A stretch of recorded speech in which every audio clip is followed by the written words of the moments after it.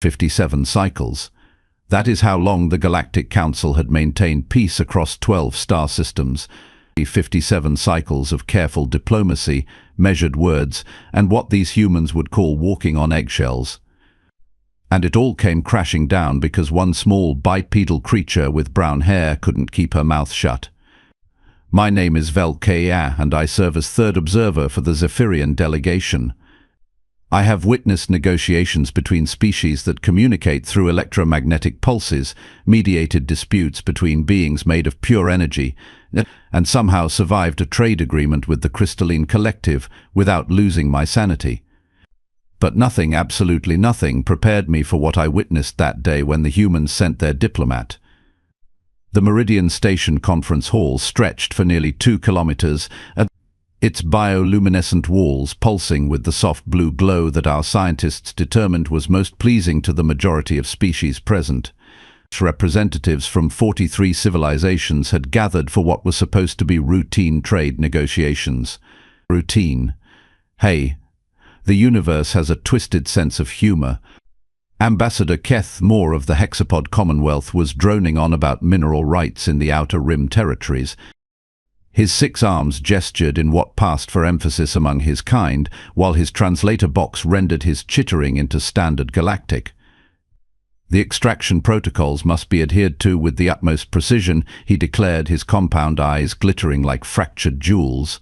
Any deviation could result in ecological catastrophe. I found myself fighting the urge to enter hibernation mode. These talks had been going on for 6 standard rotations, and we had accomplished roughly as much as a solar flare accomplishes at improving interstellar communications. That's when she walked in. The human delegation had been notably absent for the first few days. Their excuse: something about technical difficulties with their transport vessel. Technical difficulties. As if the species that figured out faster than light travel using controlled explosions could have technical difficulties with anything. But there she was, striding into the chamber like she owned the place, her brown hair pulled back in what humans call a ponytail. Wearing what appeared to be a simple blue garment that somehow managed to command more attention than Ambassador Keth Moore's elaborate ceremonial robes. "Sorry I'm late," she announced, her voice cutting through the chamber's acoustics like a plasma torch through hull plating. Traffic was murder. Traffic in space. I looked around the chamber and noticed I wasn't the only one whose universal translator was struggling with that concept. She took her seat at the human delegation table, which had been conspicuously empty until that moment. The nameplate in front of her read Commander Maya Torres, Terran Diplomatic Corps. The title seemed almost comically inadequate for someone who managed to change the entire atmosphere of the room simply by occupying a chair. Ambassador Keth Moore cleared his throat, a sound like grinding metal that made everyone's skin crawl, regardless of what type of skin they had. As I was saying, the ecological preservation protocols require unanimous consent from all member species before. "Excuse me," Commander Torres interrupted, raising her hand in what I would later learn was a very human gesture. "Did you say unanimous consent?" The hexapod ambassador's antenna twitched with what could only be described as annoyance. "Yes, human. Unanimous. That means all parties must agree." I watched Commander Torres lean back in her chair, a slight smile playing at the corners of her mouth. "In my species, baring teeth is a sign of aggression. In humans, apparently, it can mean several things, most of them involving amusement at someone else's expense." "Oh, I know what unanimous means," she said, her tone carrying a weight that made several delegates shift uncomfortably. "I'm just wondering how you plan to achieve unanimous consent when half the species in this room have been trying to screw over the other half for the past 57 cycles." The silence that followed was so complete I could hear the station's atmospheric recyclers humming in the walls.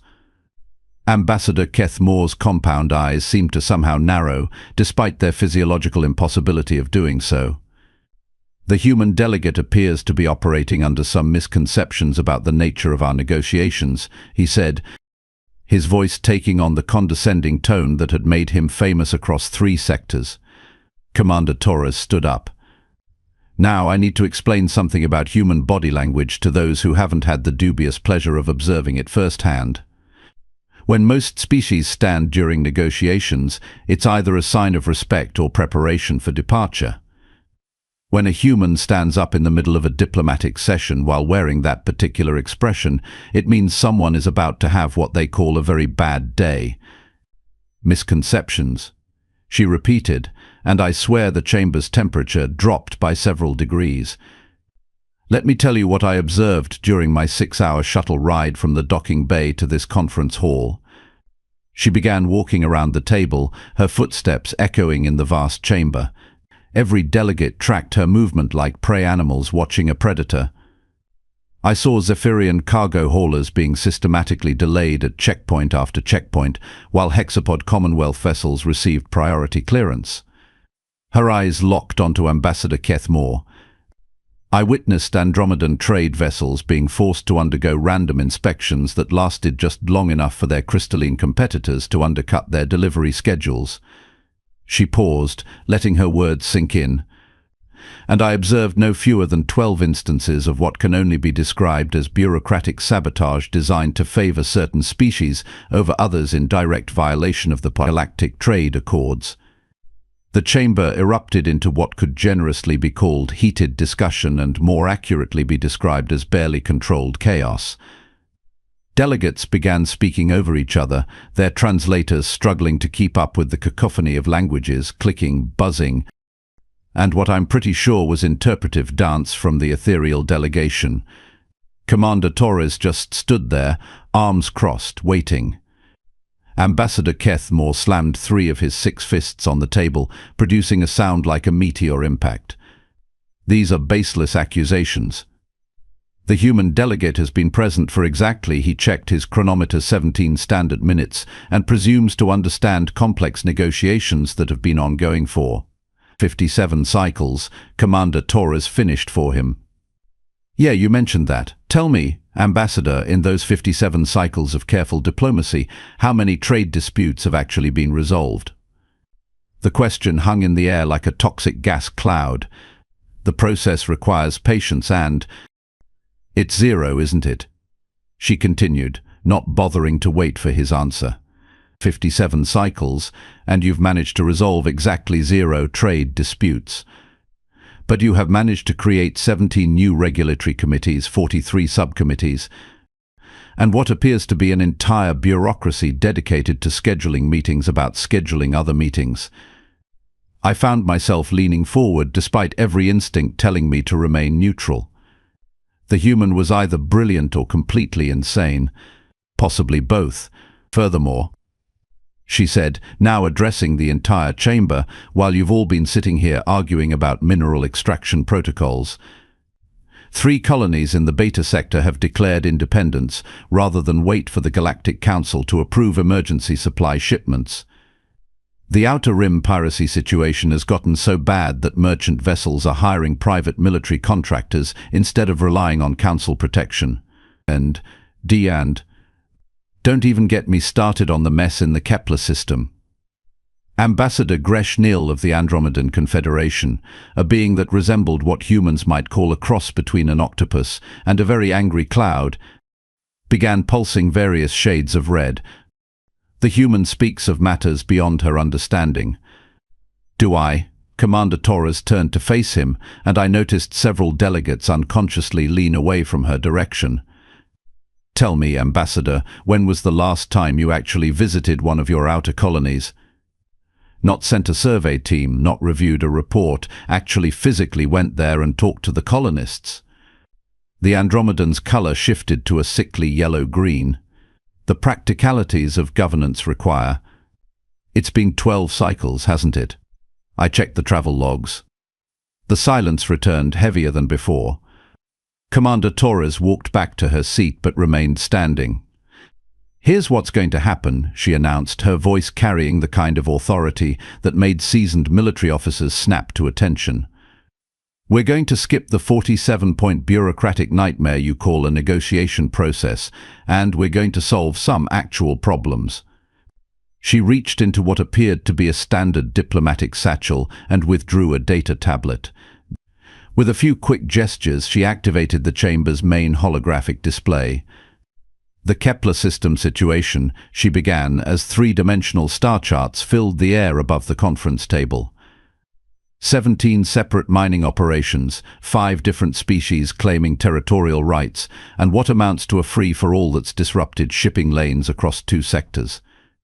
The display shifted, showing cargo route projections and resource allocation data that was far more detailed than anything the Council had managed to compile in 57 cycles of trying. Current Council proposal: form a study committee to investigate the possibility of establishing a framework for potential negotiations. She looked around the chamber. Estimated completion time 4 to 6 cycles, assuming no one objects to the committee formation process. Several delegates had the grace to look embarrassed. Human proposal, she continued, manipulating the display to show new shipping lanes and clearly defined territorial boundaries. Establish clearly defined territorial zones based on current operational capacity, not historical claims. Implement a shared security force funded proportionally by mining revenue. Create standardized pricing to eliminate the race to the bottom economics that started this mess in the first place. The display updated to show profit projections that had several delegates suddenly paying very close attention. Estimated implementation time, 6 standard months. Estimated increase in sector-wide mining revenue, 37%. Estimated reduction in shipping delays, 72%. Ambassador Kethmore's antenna were practically vibrating with indignation. This is completely irregular. There are protocols, procedures, proper channels. The proper channels, Commander Torres said, her voice cutting through his objections like a fusion cutter through ice, have failed.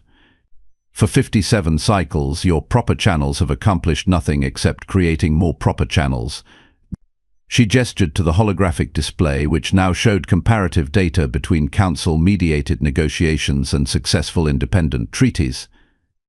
The Sirius Accords, negotiated in 3 months between the Tellarite Mining Guild and the Centauri Trade Federation. No Council involvement. Result: stable trade relationship that's lasted 15 cycles and counting. The Vega Compact. 2 weeks of direct negotiation between 6 species. No committees, no subcommittees, no regulatory frameworks. Result: the most profitable shipping route in 3 sectors. The data was overwhelming, and from the expressions around the chamber, everyone knew it. Meanwhile, she continued, the Great Altair dispute, 18 cycles of council mediation, 47 committee reviews, and a final resolution that satisfied absolutely no one and had to be renegotiated 6 months later. Ambassador Greshnil's color had shifted to a deep purple that I suspected meant either deep thought or preparation for violence.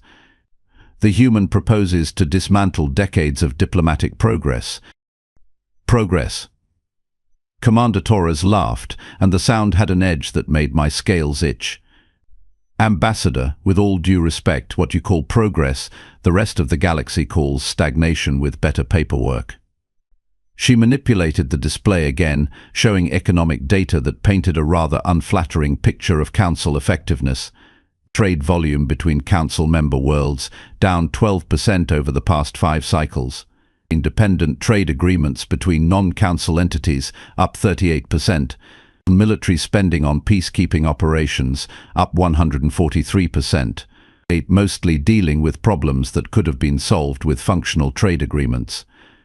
The numbers hung in the air like an indictment. But here's the really interesting part, she said, zooming in on a section of data that made several delegates suddenly very uncomfortable. Council operating expenses, up 207%, mostly for administrative overhead and what the budget documents euphemistically call diplomatic infrastructure. I found myself calculating exactly how much of my government's budget went to maintaining our delegation to these talks. The number was not encouraging. Commander Torres finally sat down, but somehow managed to make the act seem more threatening than standing up had been. So here's my proposal, she said, her voice taking on a deceptively casual tone. We either start solving problems, or the Terran Federation pulls out of the Galactic Council entirely and starts negotiating directly with anyone interested in functional trade relationships. The threat hit the chamber like an antimatter explosion. The Human Federation wasn't the largest member of the Council, or the oldest, or the most technologically advanced. But they were, without question, the most unpredictable, the most innovative, and the most likely to actually follow through on threats that everyone else treated as negotiating positions. More importantly, they controlled the most strategically valuable shipping routes between the inner and outer rim territories, routes that had been shared freely with all Council members for the past 32 cycles. Ambassador Keth Moore's compound eyes were now visibly twitching. The human cannot simply. Actually, I can, Commander Torres interrupted, producing another data tablet. Article 17 of the Council Charter. Any member species may withdraw from Council participation with 30 standard days' notice. Article 23. Trade agreements established through Council mediation become void upon withdrawal of any signatory party. She looked around the chamber, making eye contact with delegates who suddenly realized their carefully maintained trade relationships were hanging by a thread. Article 31. Military cooperation agreements, including shared patrol routes and defense coordination, require unanimous consent from all participating parties. The implications were hitting home, and I could practically hear the frantic calculations happening in delegates' minds across the chamber.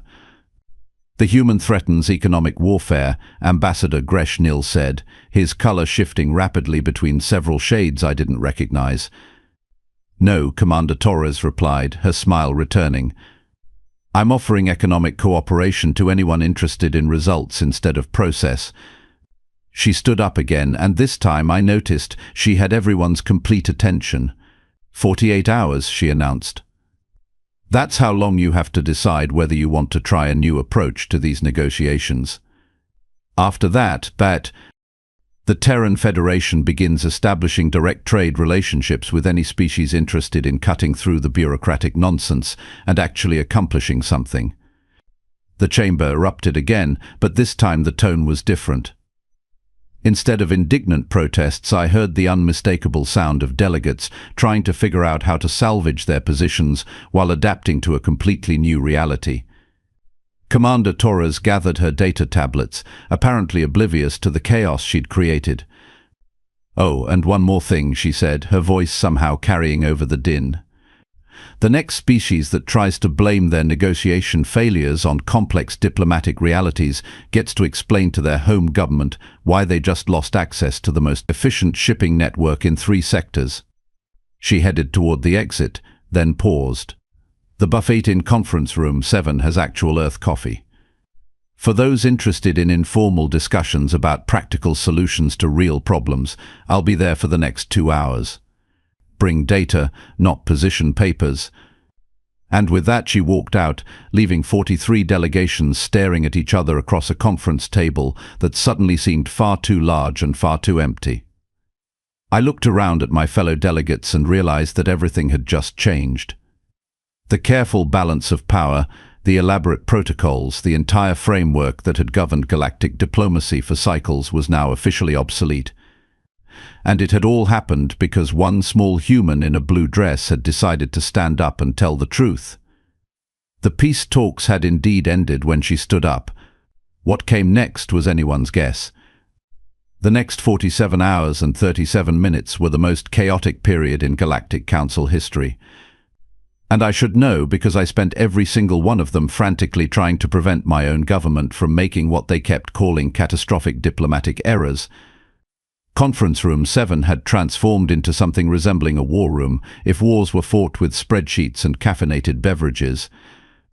Commander Torres had somehow managed to acquire not just Earth coffee, but what appeared to be an entire logistics operation. Data screens covered every available wall surface, showing real-time cargo movements, economic projections, and what I was beginning to suspect was a complete intelligence network that made our official diplomatic channels look like children playing with toy communicators. The problem with the Proxima shipping bottleneck.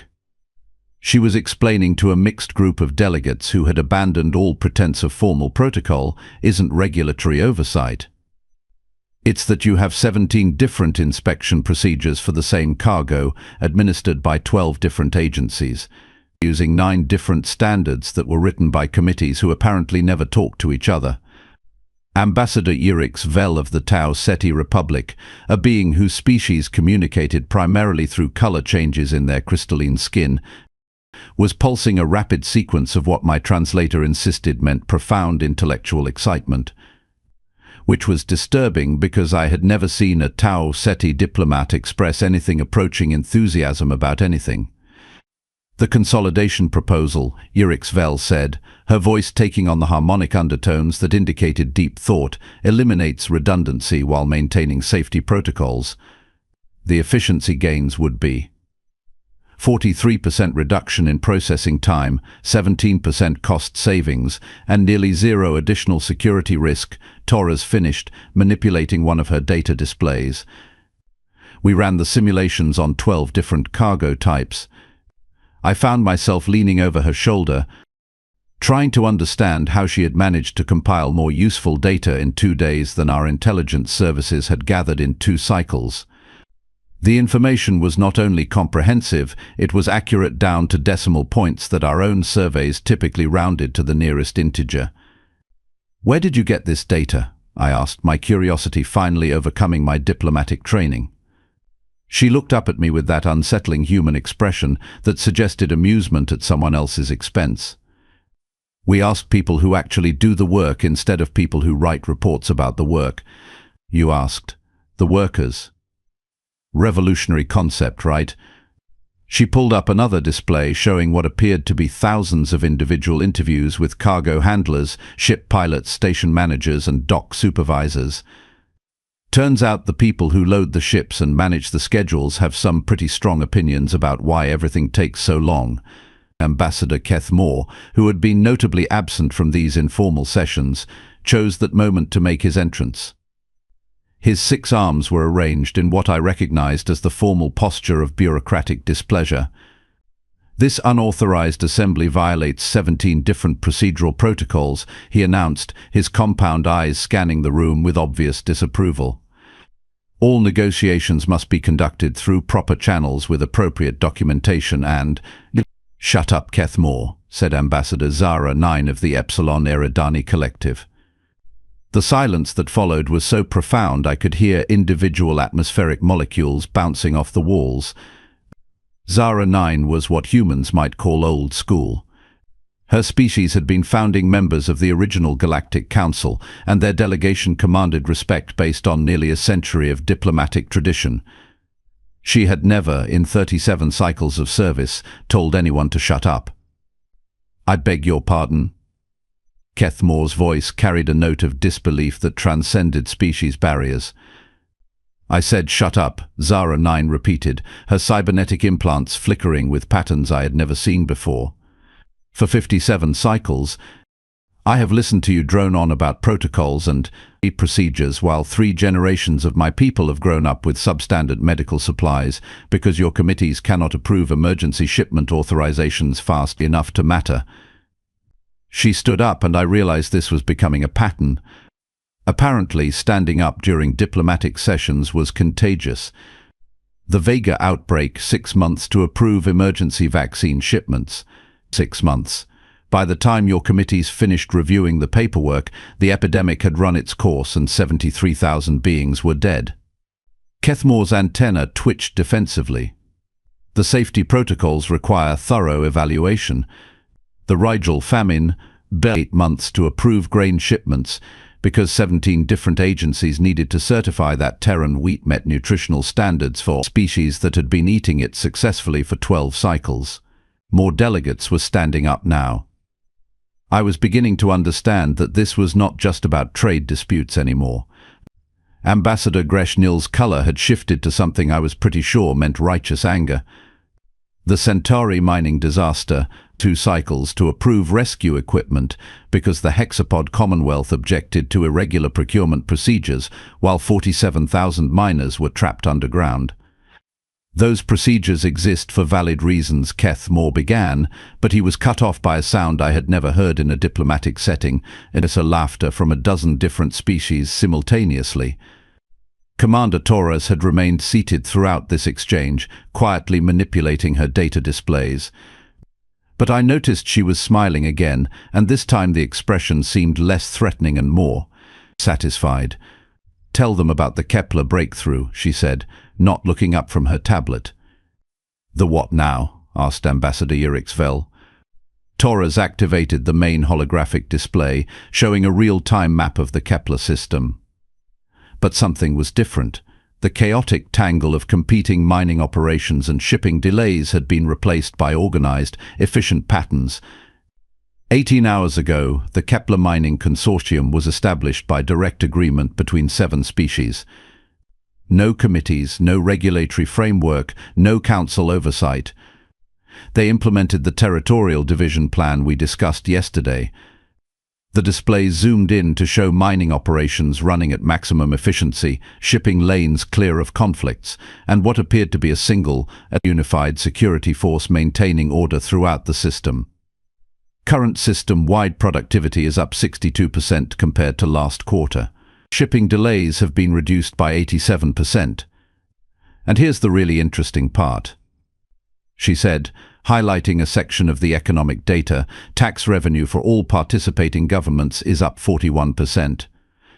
The numbers were staggering, but what really caught my attention was the timestamp on the data feed. This was happening right now in real time, while we sat in our conference room arguing about proper procedures. "This is completely irregular," Keth Moore protested, but his voice lacked its usual authority. "Treaties of this magnitude require council ratification." "Actually, they don't," Commander Torres interrupted, producing yet another data tablet.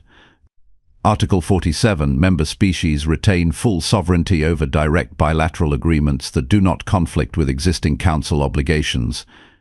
She looked around the room, making eye contact with each delegate.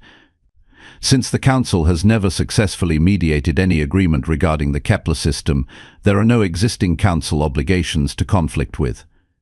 The legal logic was flawless, and everyone knew it.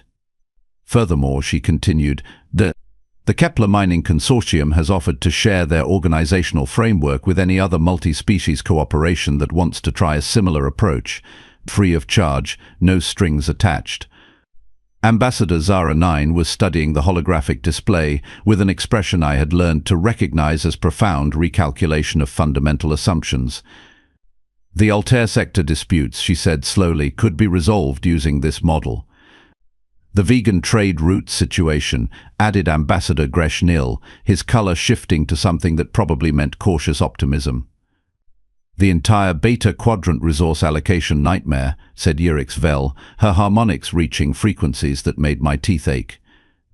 I watched the cascade of realization spread through the room as delegates began to understand that they were witnessing the birth of an entirely new approach to interstellar operation.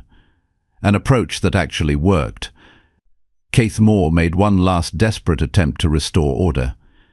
"This undermines the entire foundation of galactic diplomacy.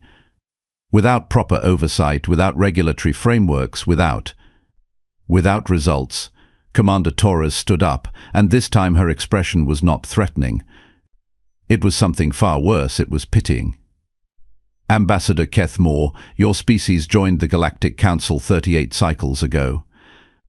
In that time, how many significant problems has the Council actually solved?" The question hung in the air like a judicial sentence. "The process requires patience." "How many?" she pressed. The silence stretched until it became painful. "The Council has successfully maintained peace." "The Council has successfully maintained the status quo," she corrected. "There's a difference. Peace implies the resolution of conflicts. Status quo just means nobody's shooting at each other while the problems get worse." She gestured to the holographic display, which now showed comparative data from across the galaxy. 47 active territorial disputes, average duration 11 cycles. 23 ongoing trade conflicts, average duration 8 cycles. 61 regulatory bottlenecks causing system-wide economic inefficiency, average duration, 15 cycles. The data was devastating, but she wasn't finished. Now compare that to direct bilateral agreements established in the past 5 cycles without council involvement. Average time to resolution, 4 months. Average satisfaction rating from participating parties, 92%. Average duration of successful implementation, ongoing. She turned to address the entire room. The council doesn't solve problems. It manages them. It creates committees to study issues, subcommittees to review the studies, and regulatory frameworks to implement the recommendations of the reviews of the studies. And by the time you finish that process, the original problem has either solved itself, gotten worse, or been replaced by 3 new problems. Ambassador Eric's Vell's harmonic patterns had reached a frequency that my translator was struggling with, but I was pretty sure she was expressing agreement in the strongest terms her language allowed. The human proposes replacement of established diplomatic institutions, Kethmore said, but his voice had lost its conviction. No, Commander Torres replied. I propose that diplomatic institutions serve the people they're supposed to represent instead of serving themselves. She manipulated the display one final time, showing a network map of potential direct cooperation agreements between various species, bypassing the Council entirely. Every species in this room could establish functional, profitable, mutually beneficial relationships with every other species in this room. Today, right now, no committees, no studies, no regulatory frameworks. Just beings talking to beings about solutions to real problems. The map was beautiful in its simplicity, showing clean lines of cooperation, replacing the tangled mess of bureaucratic procedure that had characterized galactic politics for decades. Or, she continued, you can go back to conference room 1 and spend the next 6 cycles arguing about the proper protocol for establishing a framework for discussing the formation of a committee to study the possibility of maybe considering a different approach. She gathered her tablets and headed for the door, then paused. The Terran Federation's offer stands for another. She checked her chronometer, 43 minutes. After that, we start implementing Plan B. What's Plan B? Asked Ambassador Zara 9. Commander Torres's smile returned, and this time it contained enough predatory satisfaction to make several species simultaneously reconsider their evolutionary history. Plan B is where we stop asking for permission to solve problems.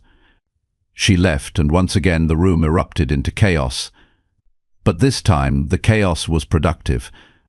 Delegates were pulling out their own communication devices, contacting their home governments, and beginning the process of fundamentally reshaping how interstellar civilization would function. I found myself staring at the holographic display, watching real-time updates from the Kepler system showing continued improvements in efficiency, productivity, and cooperation. And I realized that I was witnessing the end of an era. The era of diplomatic process for its own sake was over. The era of solving problems because problems needed to be solved was beginning. 41 minutes later, Ambassador Kethmore was the only delegate remaining in conference room 1, sitting alone at the massive conference table, dictating notes for a report that no one would ever read about procedures that no one would ever follow again. The rest of us were in conference room 7, drawing up agreements that would transform 12 star systems and affect the lives of 47 billion sentient beings. And it all started because one small human in a blue dress decided to stand up and tell the truth. The peace talks had ended. The problem-solving had begun. 6 months later, the Galactic Council officially disbanded, not through any formal vote or ceremonial closure, but simply because no one bothered to show up for the meetings anymore. They were all too busy making things work. Commander Maya Torres received the Order of Interstellar Cooperation from 17 different governments, was granted honorary citizenship by 23 species, and somehow managed to become the most respected diplomat in the galaxy without ever attending another formal diplomatic function. She now runs what she calls the coffee shop accords, informal meetings where beings with problems sit down with beings who can solve problems and figure out how to make both groups happy. The coffee is still terrible, but the results speak for themselves. And Ambassador Keth Moore.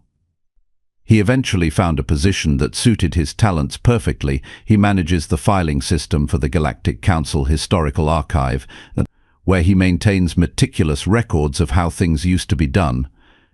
For scholars interested in studying the fascinating period when galactic civilization nearly collapsed under the weight of its own bureaucracy, he seems quite content there, from what I hear. As for me, I'm now third observer for the Zephyrian trade delegation, a position that involves considerably less observing and considerably more actual work.